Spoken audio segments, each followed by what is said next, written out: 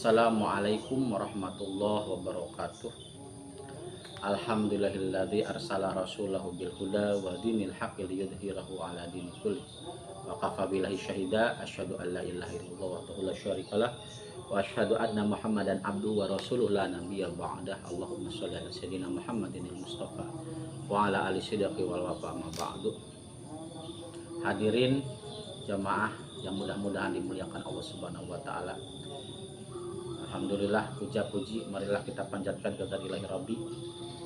Alhamdulillah, dengan nikmat-nikmatnya, kudrat iradatnya, kita masih bisa istiqomah dalam beribadah di bulan suci Ramadan ini, yakni ibadah puasa. Mudah-mudahan puasa kita dari awal sampai sekarang dan mudah-mudahan sampai akhir diterima oleh Allah Subhanahu wa taala. Tak lupa salawat dan salam semoga terlipat curahkan kepada baginda besar Muhammad sallallahu alaihi wasallam. Hadirin jamaah yang mudah-mudahan dimuliakan Allah. Bila seseorang menyayangi orang lain, menyayangi, mencintai orang lain, dan ketika orang-orang yang dicinta itu, orang-orang yang disayang itu tidak ada di hadapannya, jauh di mata, tetapi pasti akan dekat di hati. Ketika seseorang yang dicintai itu sudah lama kita tidak berjumpa, maka akan dirasakan rasa rindu yang sangat luar biasa. Ingin secepatnya bertemu dengan orang yang kita cintai. Begitupun tempat yang paling baik di akhirat kelak, tempat yang paling diinginkan nanti di akhirat kelak, yakni surga, itu akan merindukan hamba-hamba Allah yang telah dirindukannya. Maka siapa orang-orang yang dirindukan oleh surga itu? Maka Nabi bersabda, al-jannatu mustaqatun illa arba'atin nafarin, talil Qur'an wa hibdhil lisan wa mud'imi ji'an wa shaumi fi syahri Ramadan. Hadis diriwayatkan oleh Imam Muslim. Surga itu rindu kepada hamba-hamba Allah, yakni 4 golongan. Yang mana yang 4 itu? Yang pertama, talil Quran, orang-orang yang senantiasa istiqomah di dalam membaca Al-Quran. Tentu bukan hanya membaca, tetapi juga merenungi makna-maknanya, mempelajari tentang Al-Quran. Bahkan Al-Quran itu ketika dibaca kita akan mendapatkan pahala, bukan ketika kita membaca satu juz, satu kalimat, tetapi satu huruf pun ketika kita membaca Al-Quran, maka itu Allah berikan satu kebaikan, dan satu kebaikan itu dikalikan 10 pahala oleh Allah Subhanahu wa taala. Itu jika di hari-hari biasa, apalagi sekarang di bulan suci Ramadan, di bulan penuh berkah, Allah mengobrolkan pahala. Artinya apa? Pekerjaan ibadah yang sedikit Allah lipat gandakan dengan nilai yang tidak terhingga. Hadirin rahimakumullah, berbahagialah orang-orang yang sering membaca Al-Quran. Berbahagialah orang-orang yang bisa menyempatkan membaca Al-Quran setiap hari. Di dalam 24 jam sempatkanlah membaca Al-Quran setiap hari. Walaupun cuma 1 ayat, walaupun cuma 2 ayat, 1 juz, 2 juz, sempatkanlah. Karena Al-Quran ini siapa tahu nanti yang akan menjadi penolong-penolong kita di yaumul qiyamah. Rasul bersabda, Iqra'ul Quran, bacalah oleh kalian Al-Quran. Fa innahu ya'ti yaumul qiyamah syafi'an li ashabi. Sesungguhnya Al-Quran ini akan datang nanti di hari kiamat menjadi penolong, pemberi syafaat kepada orang-orang yang membaca.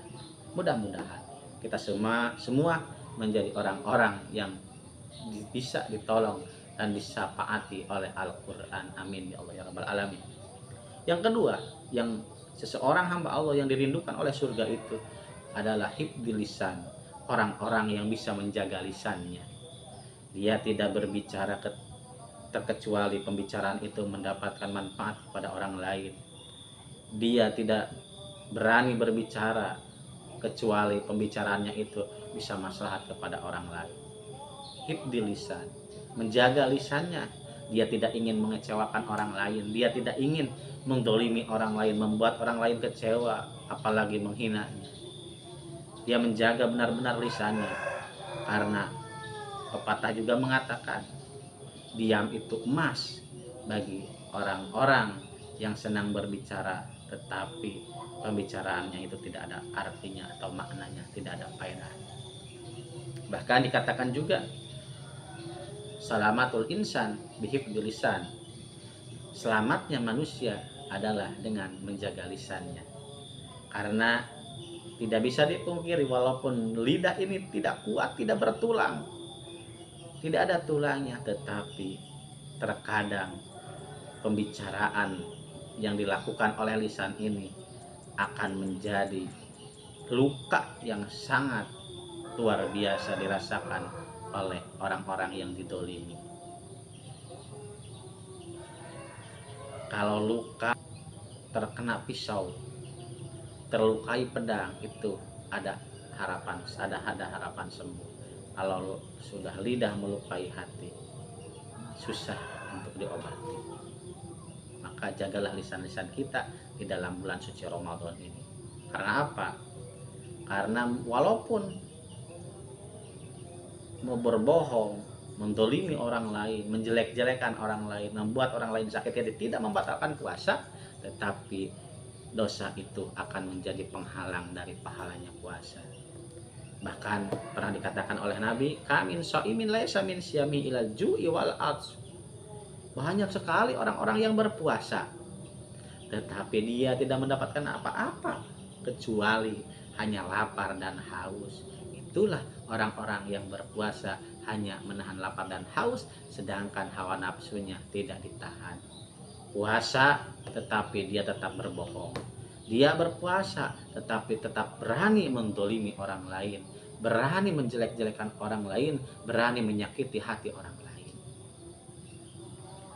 Yang ketiga, orang-orang yang dirindukan surga adalah mut'imi ji'an, orang-orang yang memberi makanan kepada orang-orang yang lapar, pada orang-orang yang berpuasa. Kita berikan sedekah, kita berikan infak kepada orang-orang yang membutuhkan, maka itu adalah salah satu yang dirindukan oleh surga. Bahkan di dalam bulan suci Ramadan ini dikhususkan, Nabi pernah bersabda, barang siapa yang memberikan makanan kepada orang-orang yang berpuasa, maka orang yang memberi makanan itu mendapatkan pahala puasa orang yang berpuasa tersebut tanpa mengurangi pahala orang yang berpuasa itu sendiri. Berbahagialah, berlomba-lombalah orang-orang yang mempunyai kecukupan rezeki untuk menjadi seseorang kriteria yang dirindukan oleh surganya Allah Subhanahu wa taala. Yang keempat, orang-orang yang dirindukan oleh surga adalah orang-orang as-shaimi fi syahri Ramadan, orang-orang yang berpuasa di bulan Ramadan. Tentunya puasanya bukan hanya menahan lapar dan haus, juga menahan hal-hal yang bisa merusak kepada sahnya atau pahalanya puasa. Di antaranya selain menahan lapar dan haus, juga menahan hawa nafsu. Mudah-mudahan apa yang disampaikan bisa bermanfaat. Usikum wa nafsi bittaqullah. Assalamualaikum warahmatullahi wabarakatuh.